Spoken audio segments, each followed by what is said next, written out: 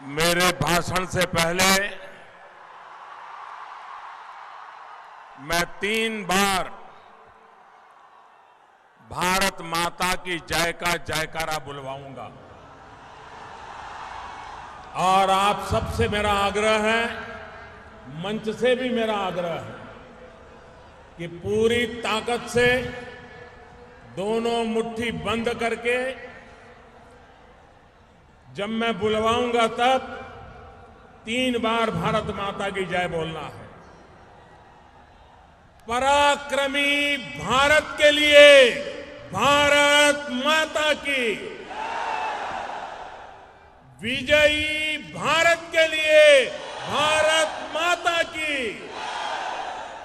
वीर जवानों के लिए भारत माता की। बहुत बहुत धन्यवाद।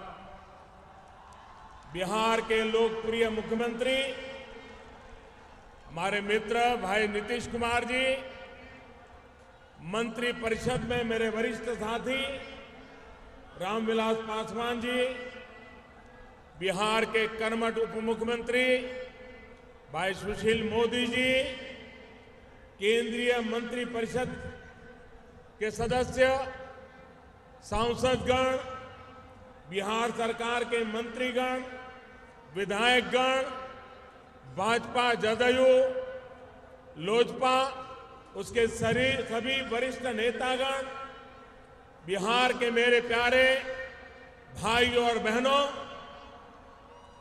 महान प्रदेश बिहार और एकर महान जनता के हम प्रणाम करता नहीं,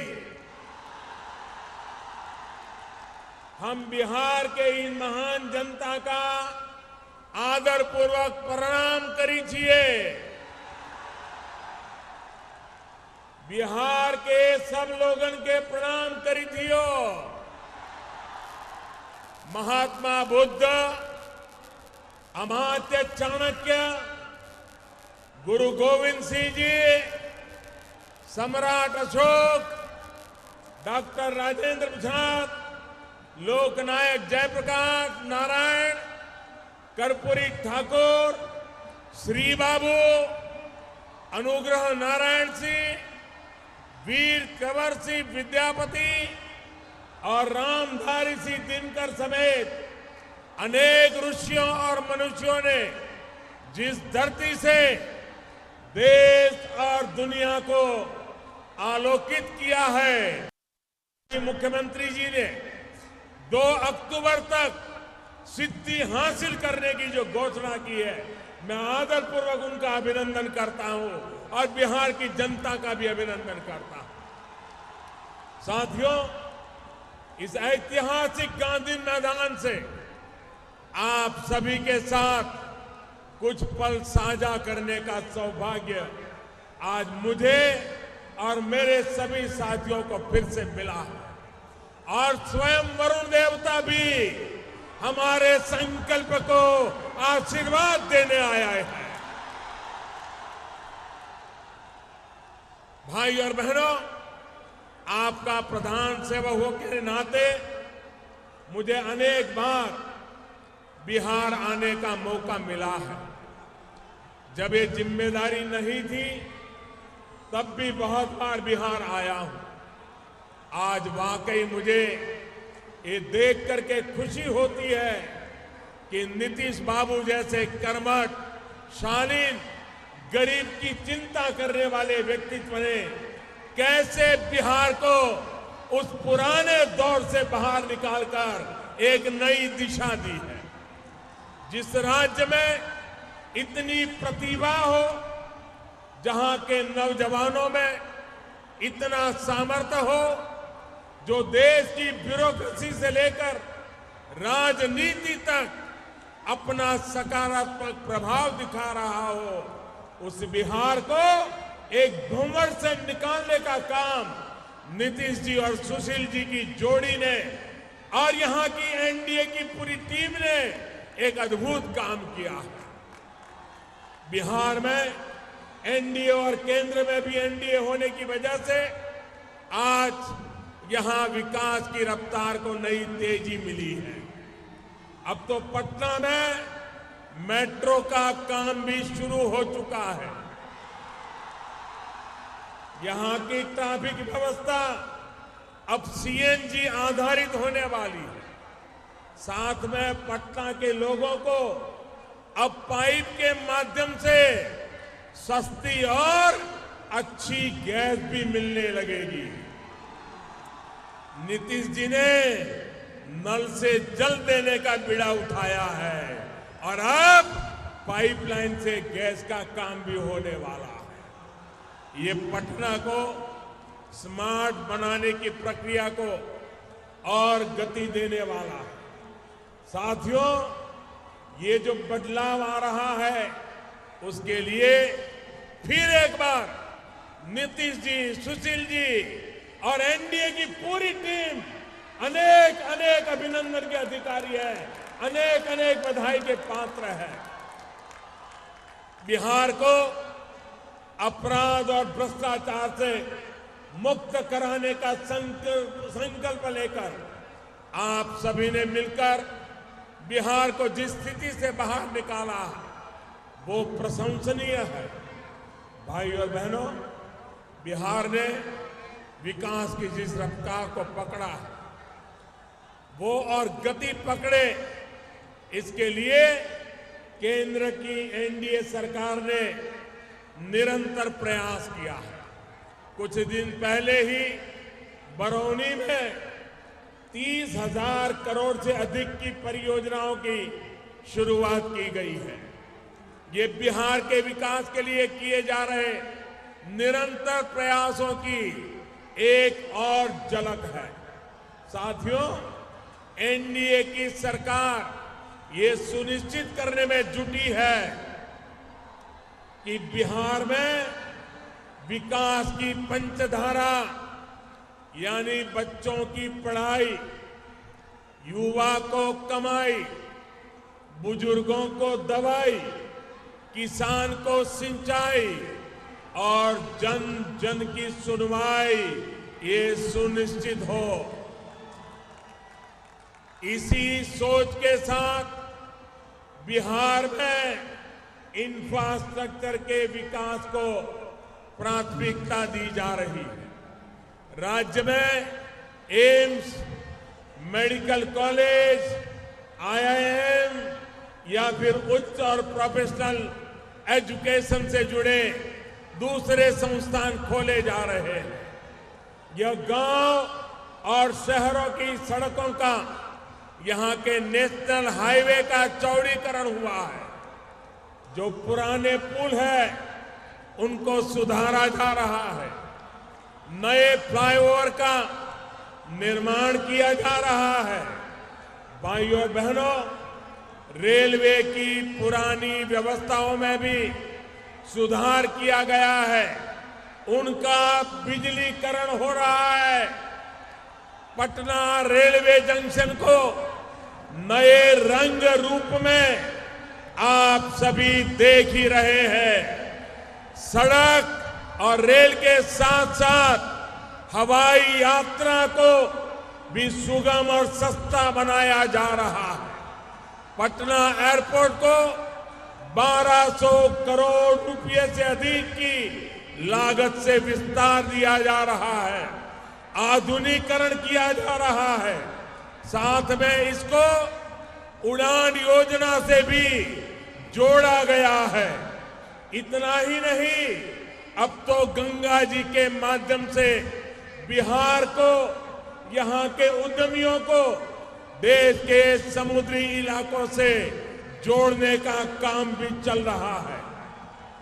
इससे बिहार को लाभ मिलना शुरू हो चुका है। भाई और बहनों, परिवहन के साथ साथ बिजली और ऊर्जा से जुड़े दूसरे इंफ्रास्ट्रक्चर पर भी विशेष ध्यान दिया जा रहा है।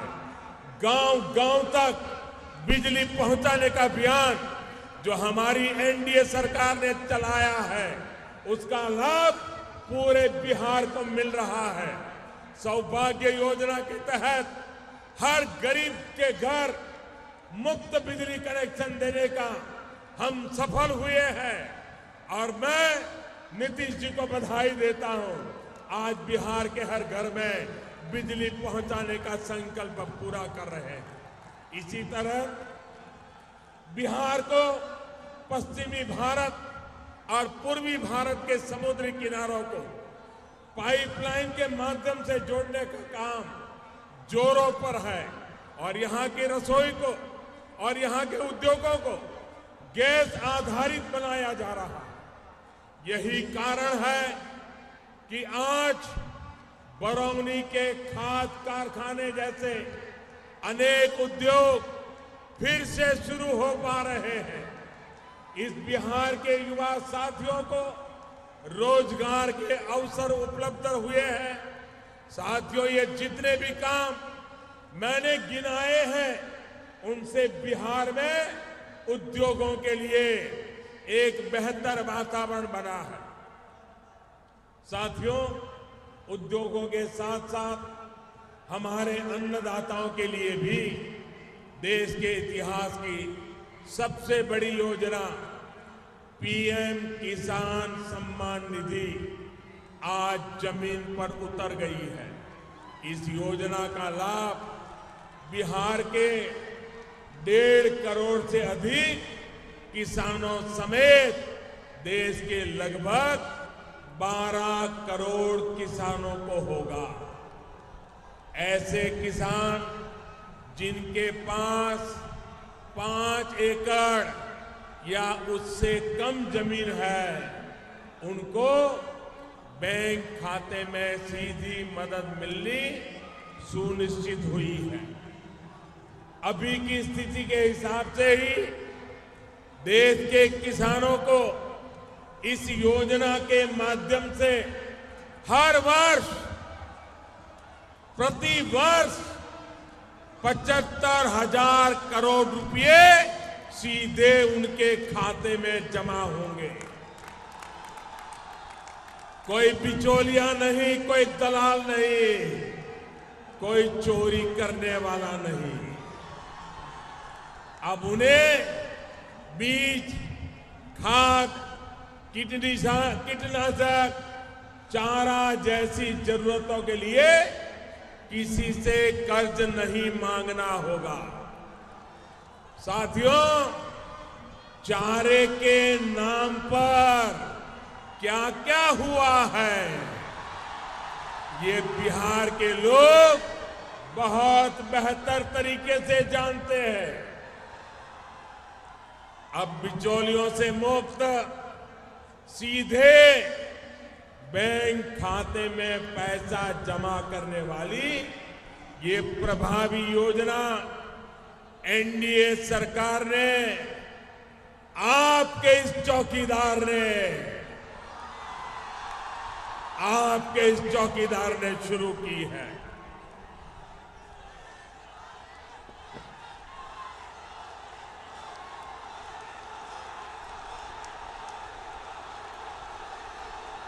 ये जो लूट खसोट, बेनामी प्रॉपर्टी और बिचौलियों की संस्कृति और बिहार और देश की राजनीति में दशकों से सामान्य हो चुकी थी, इसको बंद करने की हमने हिम्मत दिखाई।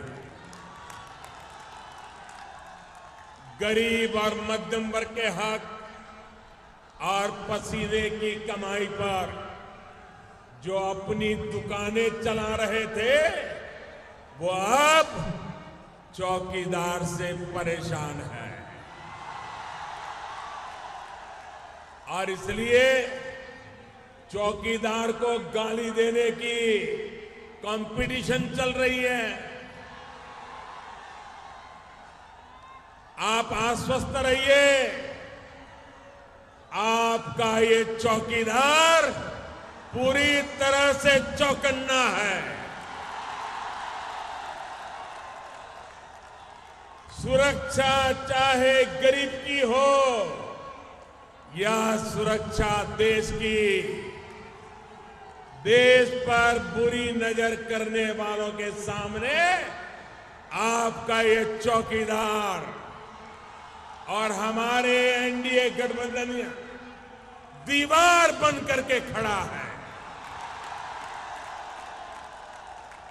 देश की रक्षा सुरक्षा, गरीब, वंचित, शोषित, मध्यम वर्ग के हित में जितने भी मुश्किल, जितने भी बड़े फैसले लेने हैं, वो डंके की चोट पर लिए जा रहे हैं और आगे भी लिए जाएंगे। बीते 5 वर्षों में एनडीए की सरकार ने जितने ज्यादा गरीबों के जीवन में बदलाव लाने का काम किया है, ये अभूतपूर्व है। साथियों, केंद्र की एनडीए सरकार ने करीब 50 करोड़ गरीबों को 5 लाख रुपए तक का मुफ्त का इलाज की सुविधा से जोड़ा। लगभग 35 करोड़ लोगों के बैंक खाते खुलवाए। लगभग 21 करोड़ को 2 लाख रुपए तक के दुर्घटना दिया। लगभग 7 करोड़ गरीब बहनों को मुफ्त रसोई गैस कनेक्शन दिया है। 3 करोड़ से अधिक मध्यम वर्ग के साथियों को इनकम टैक्स के दायरे से बाहर निकाल दिया, मुक्ति दे दी। 1.5 करोड़ से अधिक गरीबों को अपना पक्का घर दे दिया। 1.5 करोड़ से अधिक लोगों को अटल पेंशन से जोड़ा है। इसी तरह सामान्य वर्ग के गरीबों को 10% आरक्षण भी एनडीए की ही सरकार ने दिया है। और ये काम भी बाकी वर्गों के हक को छेड़े बिना किया गया है। साथियों, ये जितनी भी उपलब्धियां अब तक मैंने गिनाई है, ये तभी संभव हो पाया है क्योंकि 2014 में आपने एक मजबूत एनडीए को जनादेश दिया। साथियों, 2014 से लेकर अब तक का समय देश की बुनियादी आवश्यकताओं को पूरा करने का था।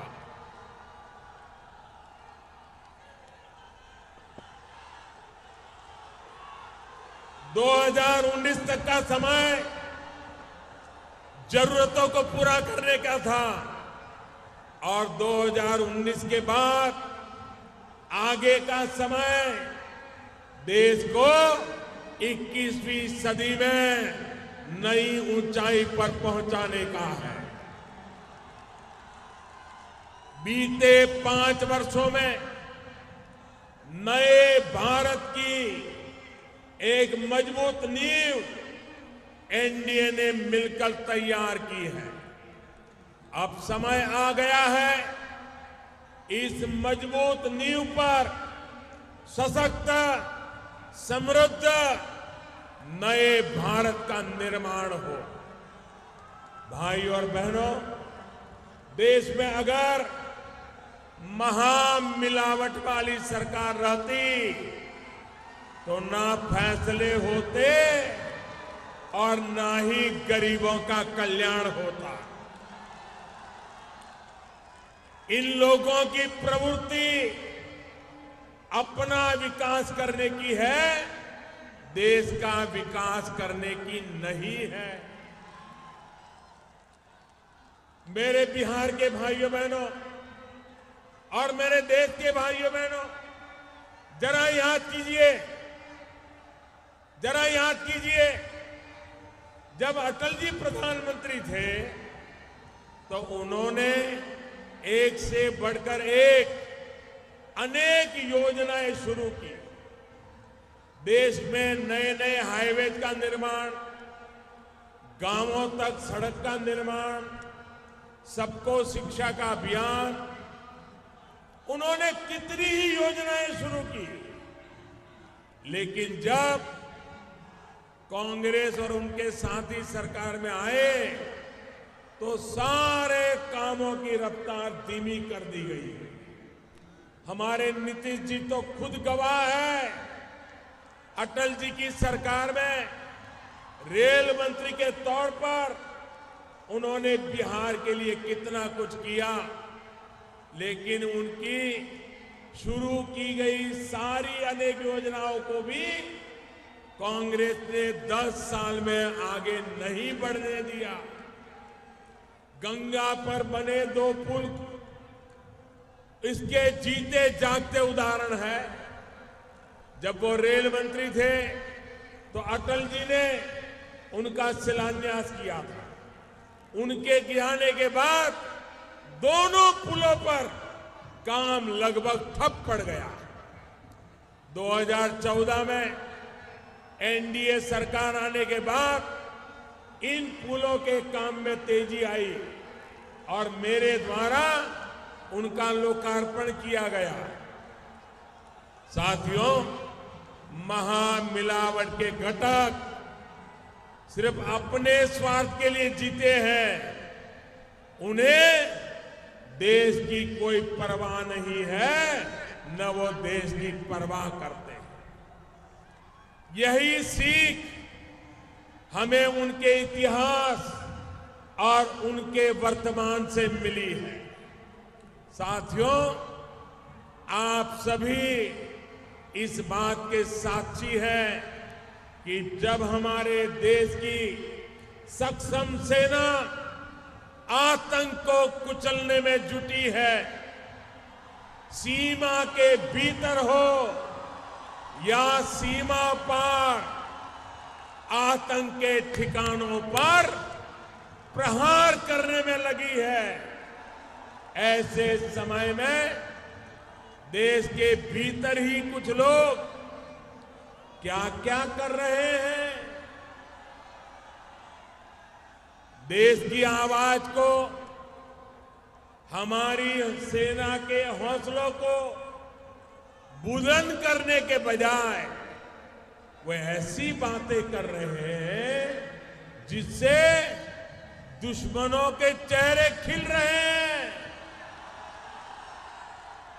पाकिस्तान में टीवी पर उनकी बातें, उनकी तस्वीरें दिखा दिखाकर पाकिस्तान में तालियां बज रही हैं। साथियों, जब आतंक की फैक्ट्री चलाने वालों के खिलाफ एक सुर से, एक स्वर से बात करने की जरूरत थी, तब दिल्ली में 21 पार्टियां मिलकर के केंद्र की एनडीए सरकार के खिलाफ निंदा प्रस्ताव पारित करने के लिए इकट्ठी हुई थी। बिहार का, देश का कोई भी सकारात्मक सोच वाला व्यक्ति उनके उस कृत्य को कभी भी माफ नहीं करेगा। करेगा क्या? माफ करेगा क्या? क्या ऐसे समय पाकिस्तान खुश हो ऐसी भाषा बोलनी चाहिए क्या? क्या पाकिस्तान में तालियां बजे ऐसा पाप यहां करना चाहिए क्या? क्या ये शोभा देता है क्या? अब इन्हीं दलों के नेता हमारे वीर जवानों ने जो पराक्रम दिखाया उस पर संदेह कर रहे हैं। जैसे उन्होंने सर्जिकल स्ट्राइक का सबूत मांगा जा रहा था, अब वो आतंकी ठिकानों को हवाई हमले में खत्म किए जाने का भी सबूत मांगने लगे हैं। साथियों, मैं कांग्रेस और उसके सहयोगी दलों से जानना चाहता हूं कि आखिर वो क्यों हमारे वीर जवानों का मनोबल तोड़ने में लगे हैं। आखिर क्यों कांग्रेस के नेता, उसके सहयोगी दलों के नेता ऐसे बयान दे रहे हैं जिससे देश के विरोधियों को फायदा हो रहा है। साथियों, केंद्र की एनडीए सरकार ने देश को नई नीति और नई रीति दी है। कांग्रेस और उसके सहयोगी दलों का देश की सुरक्षा को लेकर जो रवैया था वो देश देख चुका है। अब नया हिंदुस्तान नई रीति और नई नीति के साथ आगे बढ़ रहा है। अब भारत अपने वीर जवानों के बलिदान पर चुप नहीं बैठता, चुन चुन करके हिसाब लेता है। दुनिया में कहां किससे कैसे बात करनी है और उसका परिणाम क्या होता है, इसको देश आज अच्छी तरह से अनुभव कर रहा है। हाल ही में आपने देखा होगा इस्लामिक देशों की कॉन्फ्रेंस में कैसे भारत को सम्मान के साथ बुलाया गया, हमारी बात सुनी गई। 50 साल बाद ये हुआ है भाइयों बहनों। आपको गर्व होता है कि नहीं होता है? आपको आनंद होता है कि नहीं होता है? आपको अभिमान होता है कि नहीं होता है? साथियों, इन 50 सालों में ज्यादातर समय देश में कांग्रेस और उसके सहयोगी दलों की सरकार रही है। क्यों वो भारत की बुलंद आवाज दुनिया के ऐसे मंचों पर नहीं रख पाए? क्या इसका जवाब उन्होंने देना चाहिए कि नहीं देना चाहिए? देना चाहिए कि नहीं देना चाहिए? भाइयों बहनों, मैं आपको बताना चाहता हूं,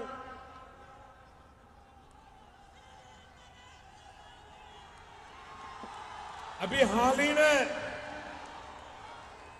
हाल में सऊदी अरब ने वहां के क्राउन प्रिंस भारत आए थे,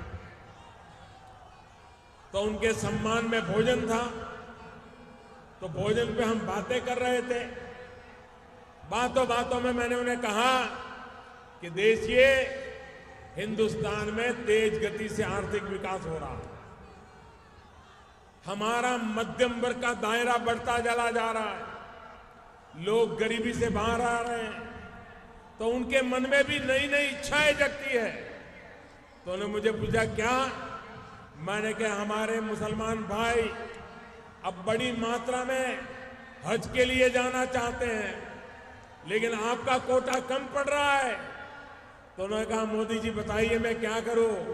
मैंने कहा भारत का कोटा बढ़ा दीजिए और आपको खुशी होगी, 2 लाख कर दिया, 2 लाख। दुनिया में किसी भी देश का कोटा नहीं बढ़ा, हमारे देश के मुसलमान हज यात्रा कर सके इसलिए कोटा बढ़ गया। ये भारत की आवाज सुनी जा रही है। इतना ही नहीं, मैंने दूसरी बात कही। मैंने क्राउन प्रिंस से कहा कि भारत के नौजवान सऊदी अरेबिया में रोजी रोटी कमाने आते हैं, मजदूरी करते हैं, काम करते हैं। ज्यादातर हमारे गरीब परिवारों से होते हैं, भले भोले लोग होते हैं, मेहनत करते हैं। ज्यादातर मेरे मुसलमान परिवारों से होते हैं। अब उनसे कुछ छोटी मोटी गलतियां हो जाती हैं, उनको वहां के कानून का पालन नहीं पता होता है, और बेचारे जेल चले जाते हैं और सालों तक जेल में रहते हैं। मैंने कहा मुझे आपकी मदद चाहिए। उन्होंने कहा क्या चाहिए? मैंने कहा जल्दी से उनका केस चले और उनको जेल से रिहाई कर दिया जाए। उन्होंने कहा मोदी जी आपने कहा है ना, मैं आज आपको शाम तक जवाब दे दूंगा। आप हैरान हो जाएंगे। सऊदी अरेबिया के क्राउन प्रिंस शाम को राष्ट्रपति भवन में जब हम डिनर पर बैठे थे तो उन्होंने कहा मोदी जी तो कुछ मीठा खा लो। मैंने कहा किस बात का? बोले सऊदी की जेल में भारत के जो 850 लोग थे उनको छोड़ने का मैंने फैसला कर लिया। ये होता है दुनिया के साथ नाता भाई। मैं इन फैसलों के लिए सऊदी अरब को, क्राउन प्रिंस को हृदयपूर्वक धन्यवाद देता हूं भाइयों बहनों। साथियों, ये विदेश में भारत के बढ़ते प्रभाव दूसरे देशों के साथ मजबूत होते हमारे रिश्तों का एक और उदाहरण है। लेकिन ये इसका भी उदाहरण है कि पहले कांग्रेस और उसके साथियों ने किस तरह से देश चलाया है। वोट लेकर के भूल जाने वाले ऐसे लोगों को अब भली भांति देश पहचान गया है। पहचान गए हो कि नहीं हो? अपने स्वार्थ के लिए, अपने परिवार के लिए राजनीति करने वालों के पास मोदी को गाली देते रहने के सिवाय और कोई काम नहीं बचा है। मेरे प्यारे बिहार के भाइयों बहनों और मेरे देश के भाइयों बहनों, आप चीजों को बारीकी से देखिए, चीजों को समझने का प्रयास कीजिए। क्या चल रहा है आजकल? साथियों, वे कहते हैं कि आओ मिलकर मोदी को खत्म करें। वे कहते हैं आओ मिलकर के मोदी को खत्म करें, और मोदी कहता है आओ हम सब एक होकर आतंकवाद को खत्म करें। आप मुझे बताइए, आतंकवाद को खत्म करने के लिए एक होना चाहिए कि नहीं होना चाहिए? आतंकवाद को खत्म करना प्राथमिकता होनी चाहिए कि नहीं होनी चाहिए? लेकिन उनकी प्राथमिकता है मोदी को खत्म करो। मेरी प्राथमिकता है आतंकवाद खत्म करो। वे कहते हैं कि आओ मिलकर के मोदी को खत्म करो। मैं कहता हूं आओ मिलकर गरीबी का मुकाबला करें, देश को गरीबी से मुक्त करें। वे कहते हैं कि आओ मिलकर मोदी को खत्म करें। मैं कहता हूं आओ हम सब एक होकर भ्रष्टाचार और काले धन को समाप्त करें। वे कहते हैं कि आओ मिलकर मोदी को खत्म करें। मैं कहता हूं कि आओ हम सब मिलकर देश के नौजवानों के लिए नए अवसर बनाए, उनके सपने पूरे करें, इसके लिए काम करें। वे कहते हैं कि आओ मिलकर मोदी को खत्म करें। मैं कहता हूं आओ सब मिलकर के देश में कुपोषण को खत्म करें, गंदगी को खत्म करें। मेरे प्यारे भाइयों बहनों, नियत का फर्क है। साथियों, अपने देश को विश्व में नई ऊंचाई पर पहुंचाने के लिए मैं दिन रात एक कर रहा हूं, नए रास्ते बना रहा हूं और मुझे ही रास्ते से हटा देने के लिए काम कर रहे हैं, साजिशें रच रहे हैं, झूठ बोल रहे हैं। लेकिन भाइयों और बहनों, बिहार के लोग, देश के लोग इतने जागरूक हैं कि इनकी सारी बातें एक के बाद एक देश के सामने अब आ चुकी है। देश के लोग मन बना चुके हैं कि इन्हें एक बार फिर सजा देंगे, उनकी गलतियों का एहसास कराएंगे। ये अपनी राजनीति करते रहे, हम देश के विकास के लक्ष्य को लेकर निरंतर आगे बढ़ेंगे।